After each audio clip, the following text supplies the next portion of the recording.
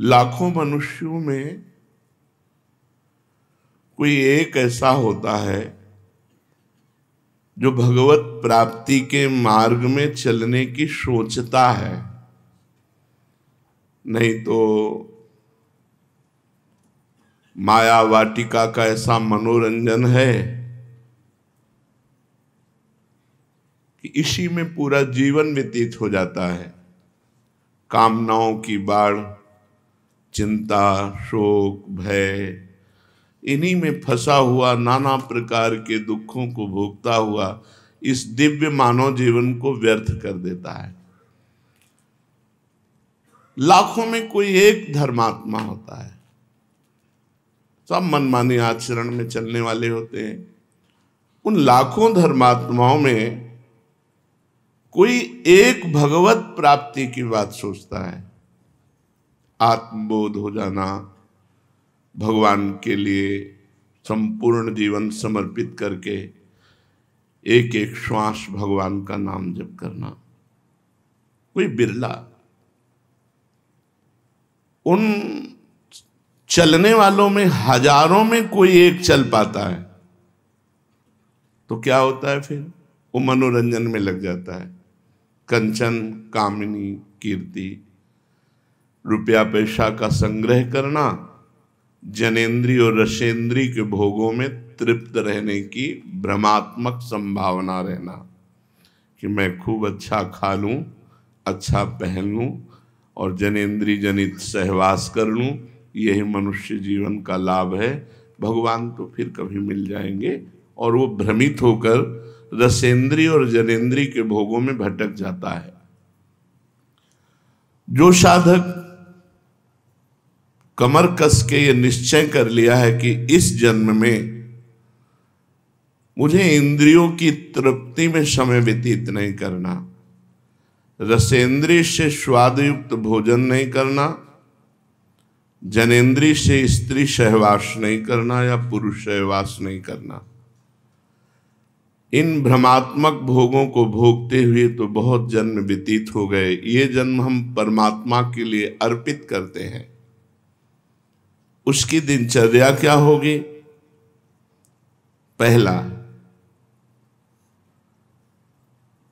किसी उच्च कोटि के महापुरुष का आश्रय।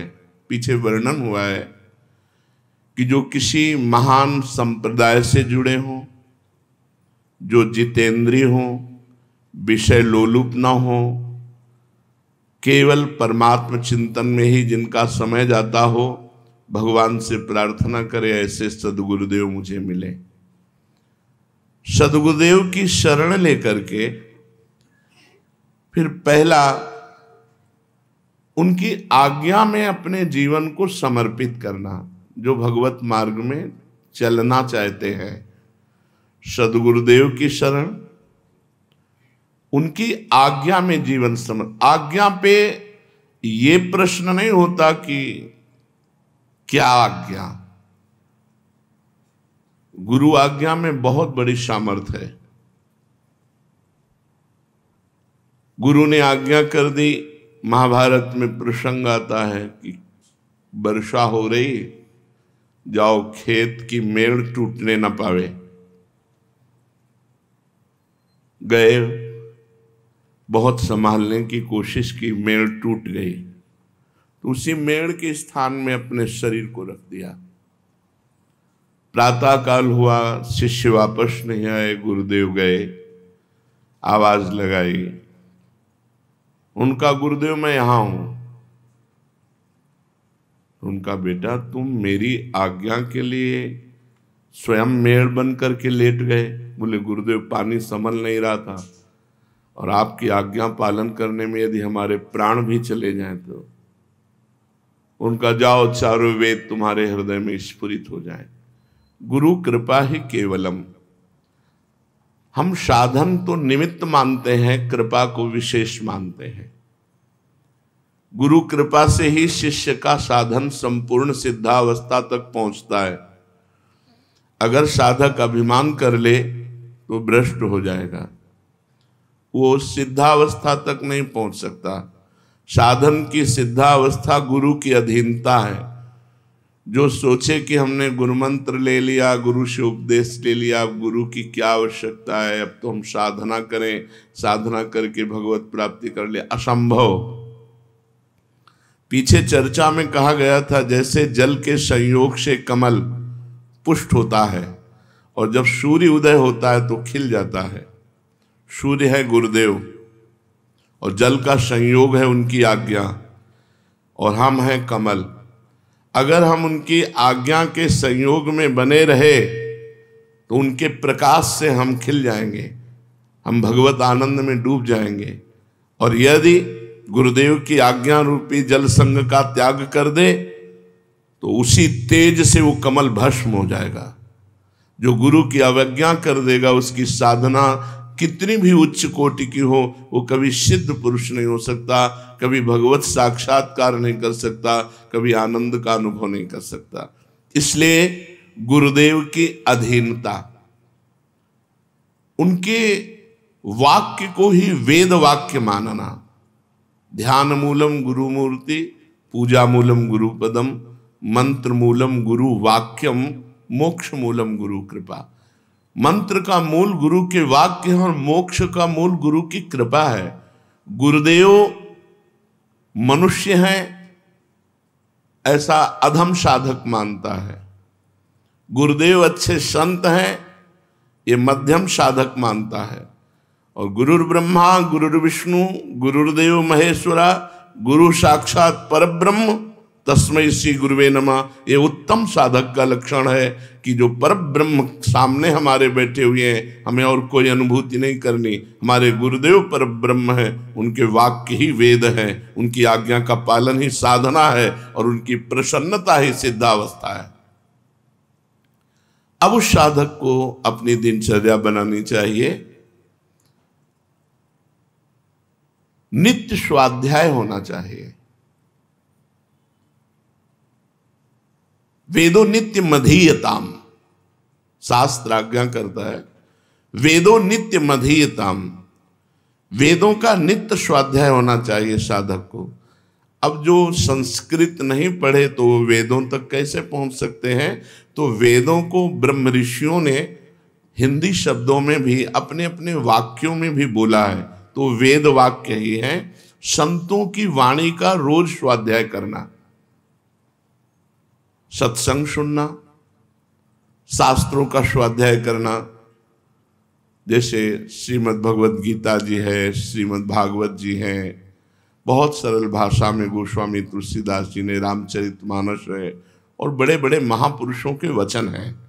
वो सब जब एक धरा है, उस स्थिति में जब महापुरुष पहुंचते हैं तो सबके वाक्य एक ही जैसे मिलते हैं। शब्दावली अलग हो सकती है, भाषा अलग हो सकती है, लेकिन स्थिति सब में एक ही हमने पाई।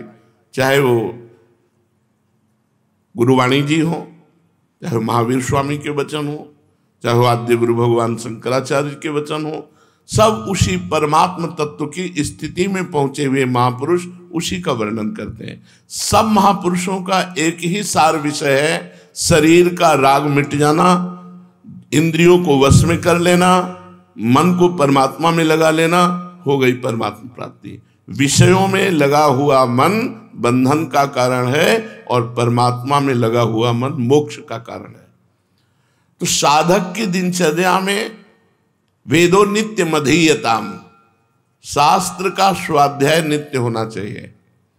जैसे अपनी वाणी है श्रीमद् चतुरासी जी, 42 लीला, ये जो भगवत लीलाओं का गायन करने वाले हैं, इनका तो गायन किया ही जाए, लेकिन सिद्धांत जरूर पढ़ा जाए। अगर सिद्धांत जीवन में नहीं है तो आप लीला गायन करके, नाम जप करके, वैराग्य धारण करके भी भोगों में भ्रष्ट हो जाएंगे। सिद्धांत तो वो मेड़ है जो साधक को फूटने नहीं देती, बहने नहीं देती, भ्रष्ट नहीं होने देती। सिद्धांत समझ लेना चाहिए। बिल्कुल एक श्लोक में हरिवंश महाप्रभु सिद्धांत का वर्णन, एक दोहे को मान लो तो उसी से काम चल जाएगा। एक श्लोक, दूरादपाश स्वजनान सुखमर्थ कोटिम सर्वेषु साधन वरेषु चिरम निराशा वर्षंत में सहजाद्भुत सौख्य धाराम श्री राधिका चरण रेणु मामिस्मरामि। पारिवारिक जनों से दूर रहो, सीधे आदेश है। अय वैरागी, अय भगवत तत्व के ज्ञान को प्राप्त करने वाले जिज्ञासु, दूरादपाश्य स्वजनान, जो शरीर संबंधी जन हैं इनसे दूरी बनाओ। यदि गृहस्थ हो तो इनमें भगवत भावना करो, मोह को मिटा दो, और यदि वैरागी हो तो भगवत भावना करके इनसे दूरी बनाओ। दूरादपाश्य स्वजनान। अगर कोई कहे कि फिर मातृ ऋण, पितृ ऋण, ऋषि ऋण, देव ऋण, ये भगवत प्राप्ति होते ही सारे ऋणों से वो जीव मुक्त हो जाता है और उसके माता पिता परिवार सबका कल्याण होता है। इसलिए सबका कल्याण के लिए अपने को निर्मोही बनना होगा। दूरादपाश्य स्वजनान। परमात्मा के सिवा, गुरुदेव की आज्ञा के सिवा, गुरुदेव के सिवा हमारा कोई नहीं। असंगोयम पुरुषा, मैं असंग हूं, मेरा कोई नहीं।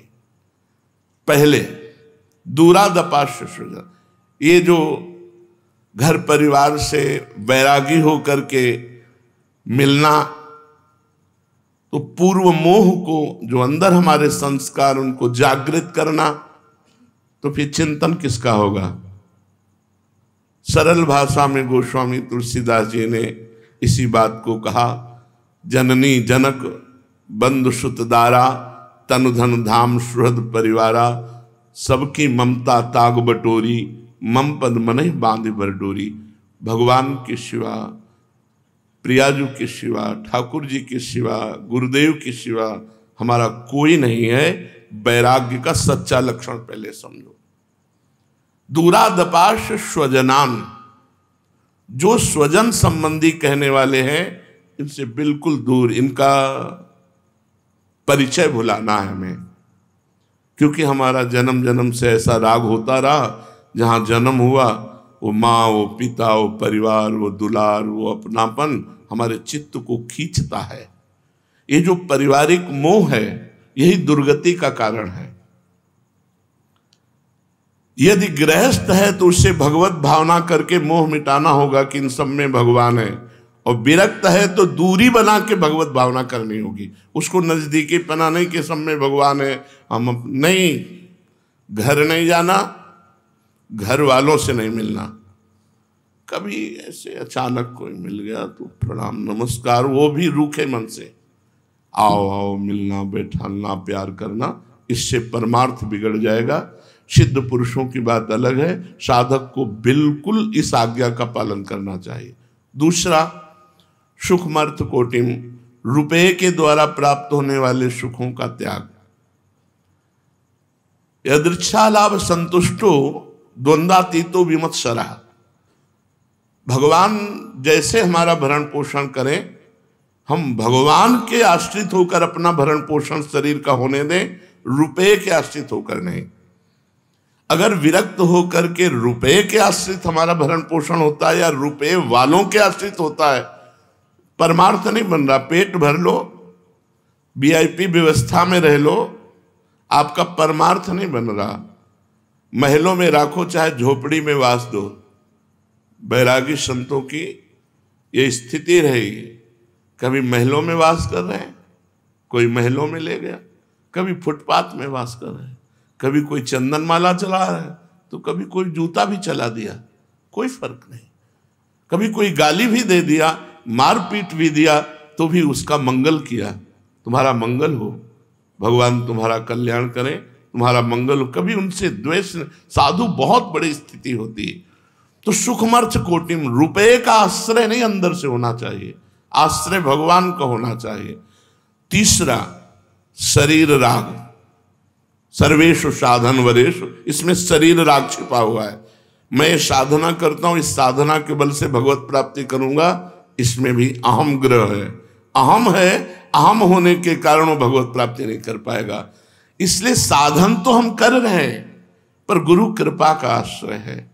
गुरु कृपा से कर रहे हैं, भगवत कृपा से कर रहे हैं। हमारा जो साधन बन रहा है, मुझे इसका बल नहीं है, मुझे गुरु कृपा का बल है, भगवत प्राप्ति का। 3 बातें हरिवंश महाप्रभु ने कही। सबसो हित निष्कामति श्री वृंदावन विश्राम, श्री राधा वल्लभ लाल को हृदय ध्यान मुख नाम। सबसे हमें व्यवहार करना पड़ेगा। मनुष्य जीवन है, मिलेंगे भगत जगत सब, लेकिन सबसे हमें निष्काम मति रखनी है। हमें कोई चाह नहीं करनी किसी व्यक्ति के मिलने से, किसी से प्रेम से व्यवहार करने से मेरे अंदर ये चाह ना पैदा हो जाए कि ये व्यक्ति हमें कुछ दे या देगा। ऐसा हमारा व्यवहार नहीं होना चाहिए यदि भगवत प्राप्ति करनी है। सबसो हित, लेकिन निष्काम मति। सब जीवन सो प्रीति, व्यवहार में सबसे प्रेम व्यवहार से बोलेंगे, लेकिन रीति निबाह तापनी, हमारी रीति है, हम तुमसे कोई चाह नहीं करेंगे। अचाह होकर व्यवहार करना। और विरक्तों को अब चाहिए, समय बड़ा परिवर्तित होता जा रहा है। अभी 4-5 दिन पहले हमें एक क्लिप दिखाई गई, जैन मुनि राजस्थान में किसी गांव के बाहर परम विरक्त भाव से जो भ्रमण करते हैं, उनको बहुत मारा, 6 लोगों ने मिलकर मारा सरिया डंडों से। ऐसे बड़ा हृदय व्यथित हुआ कि आज साधु अपनी साधुता की रक्षा के लिए भ्रमण भी नहीं कर सकता। भ्रमण करे तो कहीं कोई बच्चा चोर कह के, या कहीं कोई ऐसे इस तरह का राक्षसी भाव बढ़ रहा है। तो आदेश किया, परम पवित्र तीर्थों में, धामों में वास करो। श्री वृंदावन विश्राम, भगवान के धाम जहां गुरु की सिद्ध पीठ है। पर जो वीर पुरुष होते हैं वो डरते नहीं हैं।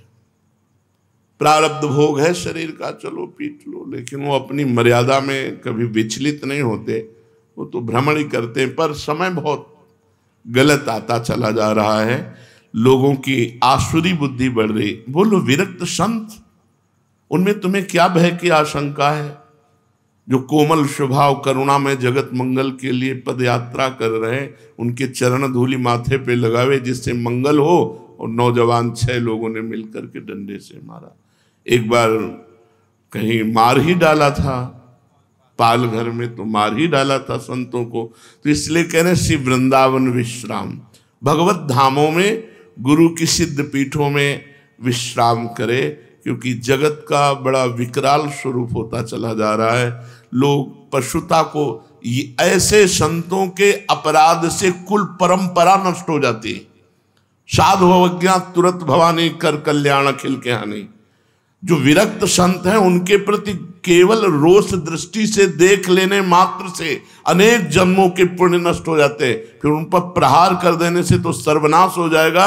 उनको न लोक के रहेंगे, न परलोक के, न उनके बाप बाबा रहेंगे। पितरों तक का नाश हो जाता, पतन हो जाता है। अगर एक कुल में भगवत भक्त जन्मे तो उनके पितरों की तृप्ति हो जाती है, उद्धार हो जाता है। अगर एक दुष्ट जन्मे तो पितरों तक का पतन हो जाता है। सब सुहित, सबसे प्यार करो, निष्काम भाव से रहो, भगवत धामों का सेवन करो, निरंतर भगवान नाम जप करते हुए अपने इष्ट का ध्यान करो। ये हुआ चलना, अभी पहुंचना नहीं हुआ। भगवान कह रहे हैं मनुष्याणाम शास्त्रेषु कश्चिद् यतति सिद्धये। सिद्ध के मार्ग में कोई बिरला ही चलता है जो बिल्कुल शास्त्र की आज्ञा के अनुसार, गुरु की आज्ञा के अनुसार चलता है। भगवान के नाम का कीर्तन करना, भगवान के श्री विग्रह के सामने नृत्य करना, जोर जोर से भगवान को एकांत में पुकारना, बड़े महापुरुषों का संग करना। साधु संग बहुत सोच समझ के करे। हमको उपदेशक तो लाखों मिल सकते हैं, लेकिन साधु मिलना कठिन मिल रहा है। इसलिए कभी आज तक संग नहीं किया। प्रवचन हो रहे, दूर से सुन लिया, कभी संग नहीं किया। आज तक किसी का संग नहीं किया। उनके वचनामृत को पकड़ा और परमार्थ पे चले। दूर से सुन लिया, भगवान की बात अगर सत्य मिल रही है तो उसे स्वीकार कर लिया, आगे बढ़े। कपटी, दंभी, पाखंडी, बहुत तरह के वेश धारण करने वालों की बढ़ोतरी होती चली जा रही। शास्त्र और गुरु आज्ञा के अनुसार चलने वाला साधु, उससे हमारा संग होना चाहिए, तभी हमको लाभ मिलेगा। हमको प्रवचनों से लाभ नहीं मिलेगा। जिसके स्वयं के आचरण पवित्र नहीं, जो कंचन कामिनी का गुलाम है, वो ब्रह्म तत्व का उपदेश करे तो कैसे अनुभव में आएगा? अनुभव में तब आता है जब स्वयं में स्थित हो और फिर वो बात कहे तो बात समझ में आती है। तो हजारों में कोई एक सिद्धों के मार्ग में चलता है, ये भगवत मार्ग में, और उन मार्ग में चलने वालों में हजारों में कोई एक सिद्ध होता है। क्यों? क्योंकि बीच में इतनी मनोहर वाटिकाएं माया फेंक देती है, उसी में मन रम जाता है। भगवान तो फिर मिल जाएंगे, अच्छा अच्छा खाने को मिल रहा है, पहनने को मिल रहा है, घोड़ा गाड़ी में चलने को मिल रहा है, रुपया पैसा है, बड़े भगत हैं। फंस गया। लक्ष्य राई के सम चलत ही होत और क्योर, एक राई के दाना के बराबर अगर चल दे अलग तो परमार्थ बहुत दूर हो जाता है। परमार्थ बिल्कुल कदम पे कदम, जैसी आज्ञा वैसा ही चलना। कुछ संत जन आए थे, हमने कहा हमारी इच्छा है वस्त्र ले लीजिए। उन्होंने कहा आपकी कृपा ही काफी है, वस्त्र पहने हैं, हमें जरूरत नहीं। अच्छा लगा, हमें जरूरत नहीं, आपकी कृपा ही हमें, आपके दर्शन हुए, संभाषण हुआ, अच्छा लगा, सही चल रहे हो। जब वस्त्र शरीर में है तो हम लाद के क्या करेंगे? हमारे पास शरीर ढकने के लिए वस्त्र है, हमें नहीं चाहिए। हमारे अंदर हमारा लक्ष्य होना चाहिए। हमारा लक्ष्य वस्त्र संग्रह करना थोड़ी, रुपया संग्रह करना थोड़ी है, भोग भोगना थोड़ी है, परमात्मा अनुभूति करना है। तो भगवान करे यततामपि सिद्धानाम कश्चिन्माम वेति तत्वतः। उन हजारों में यत्न करने वालों में कोई एक सिद्ध होता है, सिद्ध भगवत प्राप्त। लेकिन कठिनाइयां भी हैं, इतनी आंतरिक कठिनाइयां हैं। काम क्रोध का वेग, लोभ मोह का वेग, कुछ आनंद की अनुभूति हृदय में नहीं हो रही, अंधकार छाया हुआ है, भजन का प्रयास कर रहा है, माया अपनी तरफ आकर्षित करके उसके चिंतन को खसीट रही है। बड़ा युद्ध है, कोई छोटा मोटा नहीं, महाभारत युद्ध से भी बढ़कर युद्ध है। ये युद्ध वही जानता है जो साधक भगवत प्राप्ति के मार्ग में चल रहा है। जो बैलेंस बना के मनोरंजन कर रहे हैं उनको तो युद्ध से मतलब ही नहीं, लेकिन जो संयम से भगवत प्राप्ति के मार्ग में चल रहा है उसके हृदय में दाह पैदा होती है। वो महान तितिक्षु, कष्टों को सहने वाला, बाहरी भीतरी दोनों प्रकार के प्रहारों को सहने वाला, वो सहत सहत बाढ़े भगति गृह तनु गुरु हितगार। अब श्री भगवान कह रहे हैं मेरे सिवाय किंचन मात्र कुछ नहीं है, सब परमात्मा ही परमात्मा है। हमें तुम्हें क्यों नहीं दिखाई दे रहा? क्योंकि हम परमात्मा को नहीं, अष्टधा प्रकृति को अपना मान लिया, उसी में फंस गए। जो पंच महाभूत मन बुद्धि अहंकार, इसमें हम तन्मय हो गए। इसलिए हमें परमात्मा तत्व का बोध ना होने के कारण हमको स्त्री दिखाई देता है, पुरुष दिखाई देता है, दुरात्मा दिखाई देता है, महात्मा दिखाई देता है, छोटा बड़ा अच्छा बुरा। भगवान ये वर्णन कर रहे हैं कि इसी में फंस गया। अगर गुरु कृपा से अष्टधा प्रकृति से मुक्त हो जाए तो उसे अनुभव में होगा मत्तः परतरम नान्यत् किंचिदस्ति धनंजय, मेरे सिवाय दूसरा कोई भी किंचन मात्र कहीं कुछ नहीं है। कारण, क्योंकि मैं इस जगत का कारण भी हूं, कार्य, इस जगत का कार्य भी मैं हूं, कारण भी मैं हूं, बनने वाला भी मैं हूं और बनाने वाला भी मैं हूं, और मिटने वाला भी मैं हूं और मिटाने वाला भी मैं हूं, सजने वाला भी मैं हूं और सजाने वाला भी मैं हूं। फिर परेशानी क्या है? परेशानी यह है ये पंचभूतों के रचित बवंडर में फंस गए, इस देह में फंस गए, मैं तू में फंस गए, मेरा तेरा में फंस गए। बस यही मिटाने के लिए मानव देह मिला है। श्री भगवान कह रहे हैं जैसे सूत का माला, तो सूत का धागा भी और सूत की मणियां भी ऐसे चराचर जगत है। अष्टधा प्रकृति भी मैं ही बना हूं और परा प्रकृति भी मैं हूं, मेरे सिवा कोई नहीं है। सबका मूल कारण भी मैं हूं और सबकी क्रिया भी मैं हूं। बोलो क्या परेशानी? वही परमात्मा सतोगुण रजोगुण तमोगुण, वही परमात्मा सतोगुण रजोगुण तमोगुण की क्रियाएं। और इसीलिए जो संत जन होते हैं वो निरपेक्ष होते हैं। जहां कहीं हाहाकार मचाए वहां भी वो आनंद में होते हैं, और जहां कहीं जय जयकार मचाए वहां भी आनंद में होते हैं। उनके आनंद में कोई फर्क नहीं होता, क्योंकि आनंद सिंधु की लीला हो रही, इसलिए उन्हें कोई फर्क नहीं होता। तो अपने को इतना ज्ञान नहीं है कि सब भगवान ही है, तो हम इतना तो आज से शुरू ही कर दें कि सुना है सब में भगवान है, सब रूपों में भगवान है, इसलिए हम किसी से लड़ाई झगड़ा नहीं करेंगे, किसी से द्वेष नहीं करेंगे। दूसरा कोई हमें गाली देगा तो मेरा ही भगवान है, इसलिए हम पलट कर गाली नहीं देंगे। कोई हमें मारेगा तो हम पलट कर उसे मारेंगे नहीं। हम इतनी साधना तो शुरू कर दें, हम किसी से द्वेष न करें, विमत्सराः, किसी से द्वेष न करें, किसी से लड़ाई झगड़ा न करें, सब में मेरा भगवान है। जब तक ये प्रश्न का समाधान नहीं होगा तब तक मोक्ष नहीं मिलेगा। एक भी सृष्टि में कोई बकाया न रह जाए जिसे आप परमात्मा से अलग माने, वही तुम्हारे बंधन का कारण होगा।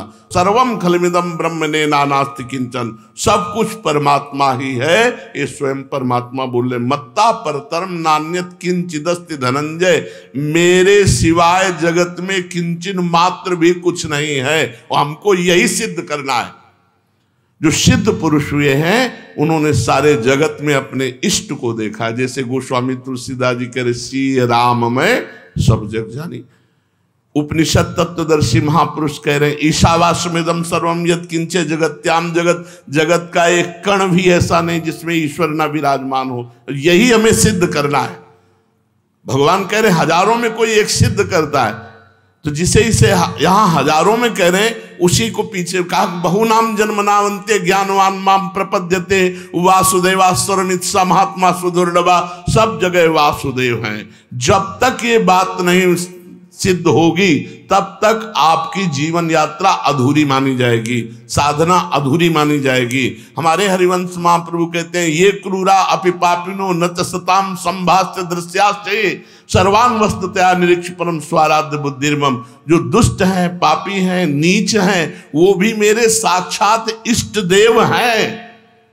ये कोई न समझे कि ये ज्ञान मार्ग की बात है। बिना इस प्रश्न का समाधान किए, सर्वत्र भगवत बुद्धि किए, कोई भी मोक्ष पदवी को प्राप्त नहीं हो सकता, कोई भी भगवत प्राप्त नहीं हो सकता, कोई सिद्ध नहीं हो सकता। इसलिए हम प्रयत्न करें, अष्टधा प्रकृति से अपने संबंध को हटाकर भगवान में, गुरुदेव में लगाएं और निरंतर गुरु मंत्र का चिंतन करें। इसी से हमारा सारा काम बन जाएगा। शेष चर्चा आगे। श्री राधा वल्लभ लाल की।